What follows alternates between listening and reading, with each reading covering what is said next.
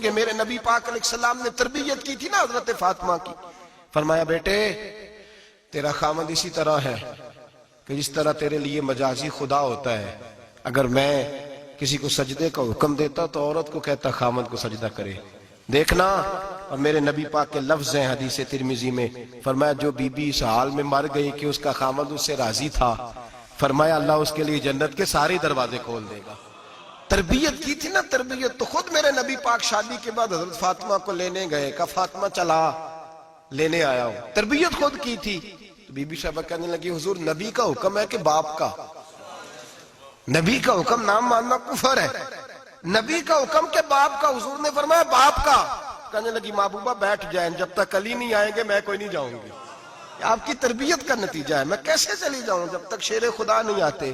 کچی زمین پر یوں اللہ کے رسول طامت سمیٹ کے بیٹھ گئے. دیر کے بعد حضرت علی آئے. ماتھے پہ شکن نہیں. ایک دفعہ نہیں حضور نے کہا کہ میرے گھر میں پلا ہے. جناب علی تو کچھ سالوں کے تھے جب حضور کے در اقدس پہ آ گئے. یہ نہیں اللہ کے رسول نے فرمایا کہ میرے گھر میں پلا ہے, میرا غلام ہے, ساری زندگی میرا دستر نگر رہا ہے, کیسے بول سکتا ہے؟ کوئی لفظ نہیں کہے. فرمایا تو ٹھیک کہتی ہے, شیر خدا آئے. تو میرے کریم رسول نے فرمایا علی اگر تو اجازت دے تو میں فاطمہ کو لے جاؤں. تو کہا یا رسول اللہ میں آپ کو اجازت دوں, تو امیر حرم, میں فقیر بے نوا, تو کجا من کجا. حضور میں آپ کو اجازت دوں. فرمایا بھائی فاطمہ نہیں مانتی. کہتی ہے وہ کہے او میرے بھائی دین جب آئے گا نا, دین جب آئے گا, سیدہ طیبہ طاہرہ حضرت ختیجۃ الکبریٰ کی سہیلی ملنے آئی, اور حضرت ختیجہ کے پھٹے ہوئے کپڑے اور پیبند والے کپڑے دیکھ کے تو رو پڑی. کہنے لگی تم مکے کی ملکہ تھی اور دنیا تیری مثال دیتی تھی, اور ختیجہ یہ تو نے کیا حال کر لیا. فرمایا چپ کر, میں اس حال میں راضی ہوں جس میں میرے رسول راضی ہے. فرمایا ادھر آؤ, کائنات میں اگر اللہ نے سب سے شان والی بیٹی دی ہے تو مجھے دی ہے, اور میں اس علی کو دے رہا ہوں جس کا مکان بھی کوئی نہیں, کاروبار بھی کوئی نہیں, جس علی کا بظاہر کوئی بینک بیلنس نہیں, کوئی مربع نہیں, کوئی شے نہیں. حضور علی کے پاس کیا ہے؟ فرمایا میرا علی عشاء کے بعد قرآن شروع کرتا ہے تو فجر سے پہلے ختم کر دیتا ہے. میرا علی صبح کی نماز کے وقت تلاوت شروع کرتا ہے تو ظہر سے پہلے قرآن مجید پڑھ دیتا ہے. فرمایا رزق کھاتا ہے, تھوڑا کھاتا ہے پر حلال کا کھاتا ہے. فرمایا پاکیزہ روٹی کھاتا ہے, اور جب میدان میں نکلتا ہے تو برادری کے لیے نہیں نکلتا. جب تلوار لے کے نکلتا ہے تو یہ مکے کے لیے نہیں لڑتا, یہ تلوار لے کے نکلتا ہے تو قومیت کے لیے نہیں لڑتا. محبوب کس لیے لڑتا ہے؟ فرمایا یا خدا کے لیے لڑتا ہے یا محمد مصطفیٰ کے لیے لڑتا ہے. اس کی تلواریں پاکیزہ, نظریات پاکیزہ. دیکھو میں بیٹی کا نکاح کہاں کر رہا ہوں. پھر غوث اعظم جیسا اللہ نے مجھے بیٹا عطا فرمایا. میرے بھائی ہم جو بنیاد بنا رہے ہیں, تو کہتا بات نہیں مانتی بہو. تو میں نے کہا بالکل صحیح کرتی ہے, نہیں ماننی چاہیے اسے, اس لیے کہ دولت بیاہ کے لائے ہو, بہو تھوڑا لائے ہو. کہتے ہیں جوائی لالچ بڑا کرتا ہے. تو میں نے کہا کیوں آفرے کرتے رہے تم؟ کس نے کہا تھا یہ باتیں کرنے؟ بالکل صحیح کر رہا ہے. وہ جو آپ نے جس بنیاد پہ دیوار بنائی تھی وہ آپ کو مل رہی ہے. میرے نبی کریم صلی اللہ علیہ وسلم نے فرمایا جب تو گھر بنانے لگے, بچی اور بچے کے لیے رشتہ ڈھونڈنے لگے, دین کو, اگر بچے کے دل میں خوف خدا ہوگا تو بیوی کو مارتے وقت ڈرے گا, 100 دفعہ خیال آئے گا. عورت کے اندر خوف خدا ہوگا تو سمجھے گی میرا خاوند ہے.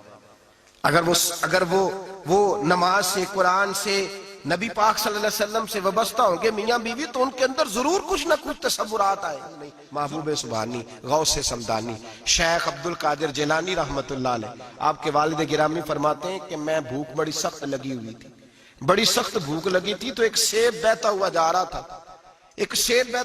تھا, پانی میں تو اٹھایا تو کھا لیا. دل میں خیال آؤ ہو پتہ نہیں کس کا تھا. اب جدھر سے پانی آ رہا تھا ادھر چل نکلا.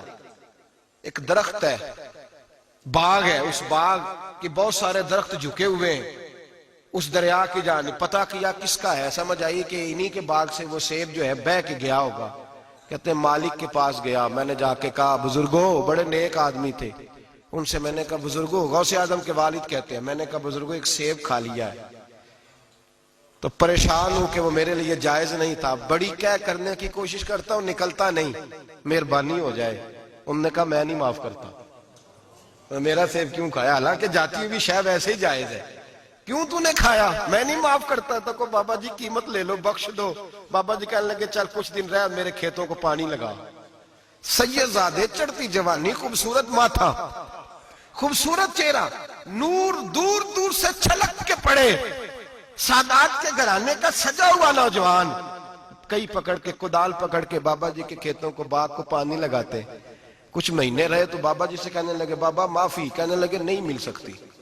کہ کس طرح ملے گی؟ کہنے لگے ایک بیٹی ہے میری، آنکھوں سے اندھی ہے، کانوں سے بہری ہے، زبان سے گونگی ہے، ٹانگیں بھی کوئی نہیں دونوں، بس سانسیں چلتی ہیں، تو شادی کرے تو معاف کر دیتا ہوں. حضرت غوث پاک کے والد گرامی کہنے لگے مجھے قبول ہے، میرے اندر جو رزق چلا گیا اس کو پاک کرنا ہے، کہیں وجود جہنم کہیں دھن نہ بن جائے، میری تو نورانیت چلی جائے گی ساری اگر میں اس طرح کا. مجھے قبول ہے. نکاح ہو گیا. کہتے ہیں جب حجلہ عروسی میں داخل ہوا، رات کمرے میں گیا تو میں نے آنکھوں سے دیکھنے والی، کانوں سے سننے والی اور حور سے ملتی جلتی ایک خوبصورت عورت بیٹھی دیکھی. میں پلٹ کے باہر نکلا دوڑ کے. میں نے کہا بابا میرے والی نہیں، وہ تو اندھی تھی، وہ اندھی تھی، وہ بہری تھی، گونگی تھی، یہ کون ہے؟ حضور غوث اعظم رضی اللہ تعالیٰ عنہ کے نانا جی کہنے لگے بیٹے اندھی اس لیے کہا تھا کہ جب سے پیدا ہوئی ہے اس نے غیر محرم کا چہرہ نہیں دیکھا. گونگی اس لیے اس کو کہا ہے کہ اس کی زبان پہ نہ غیبت آئی نہ چگلی آئی. میں پیار کرنے والا باپ ہوں پر اس نے کبھی مطالبہ میرے ساتھ بھی کوئی نہیں کیا. اس کی زبان پہ یا خدا کا ذکر رہتا ہے یا محمد عربی کا درود رہتا ہے، اس کے علاوہ بولتی نہیں، یہ لہذا گونگی ہے. اور فرمایا کوئی غیبت کرنے لگے، چگلی کرنے لگے، جھوٹ بولنے لگے تو اٹھ کے چلی جاتی ہے، سنتی نہیں، لہذا بہری بھی ہے. اور چونکہ کبھی گھر سے باہر پیر ہی نہیں رکھا لہذا لنگڑی بھی ہے. حضرت جناب سیدنا غوث اعظم کے والد گرامی فرماتے ہیں میں نے ایسی عورت کے ساتھ نکاح کر لیا اللہ کی رضا کے لیے تو پھر رب نے مجھے عبد القادر جیلانی جیسا بیٹا عطا فرمایا. اللہ کرے ایسے لوگ بھی ملے جو کہے پہلے پوچھ لینا بچہ نمازی ہے کہ نہیں. اللہ کرے کہ رشتے ڈھونڈتے وقت یہ کوئی پوچھنے لگ جائے. اللہ کرے کہ کوئی پوچھنے لگ جائے کہ بچی پردہ دار ہے کہ نہیں. اللہ کرے کوئی پوچھنے لگ جائے کہ بچہ قرآن شریف کے ساتھ دلچسپی رکھتا ہے کہ نہیں، اسے حضور کی نعتیں اچھی لگتی ہیں کہ نہیں، وہ نبی پاک کے نام کا نعرہ لگانا جانتا ہے کہ نہیں، کبھی اس کی آنکھوں میں مصطفیٰ کے لیے کوئی آنسو آیا ہے کہ نہیں، کبھی وہ تڑپا ہے کہ نہیں، کبھی وہ رویا ہے کہ نہیں، کبھی اسے محبوب پاک علیہ السلام کی غلامی پہ ناز ہوا ہے کہ نہیں، کبھی ایسا ہوا ہے کہ وہ سر پہ پگڑی باندھ کے چہرے پہ داڑھی سجا کے سفید رنگ کا جوڑا پہن کے شیشے کے آگے کھڑے ہو کے کہتا ہو آج میں بڑا حسین لگ رہا ہوں اس لیے کہ میں اپنے محمد عربی کے لباس پہ لپٹا ہوا ہوں، اپنے رسول کا میں نے انداز اپنایا ہے. اللہ کرے ایسے بھی ہونے لگے.